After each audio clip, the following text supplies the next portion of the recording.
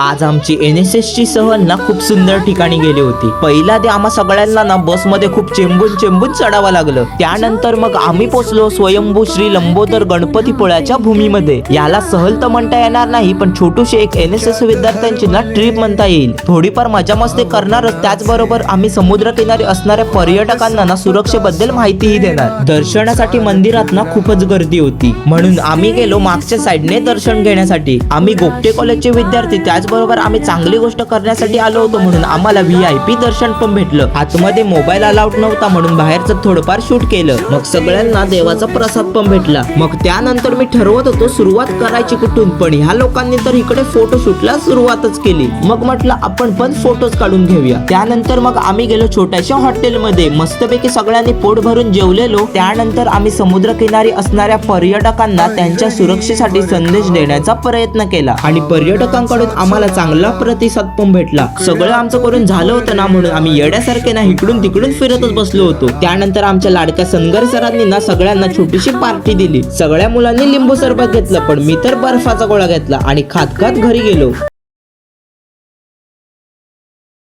समुद्र खवळलेला असेल किंवा हवामानात बदल झालेला असेल, वारा वेगाने वाहत असेल, तर पाण्यात जेणेकरून जाऊ नका तुम्ही. एक लाटा आढळल्यास त्वरित बाहेर या. स्थानिक वन्यजीवांना त्रास देऊ नका. जे असलेल्या प्रतिबंधित भागात प्रवेश करू नका. लहान मुलांना समुद्रकिनारी एकटं सोडू नका. दारू पिऊन समुद्रात जाणे टाळा. लाईफ गार्डच्या सूचनांचे पालन करा. पाण्यात उतरताना हळूहळू उतरा.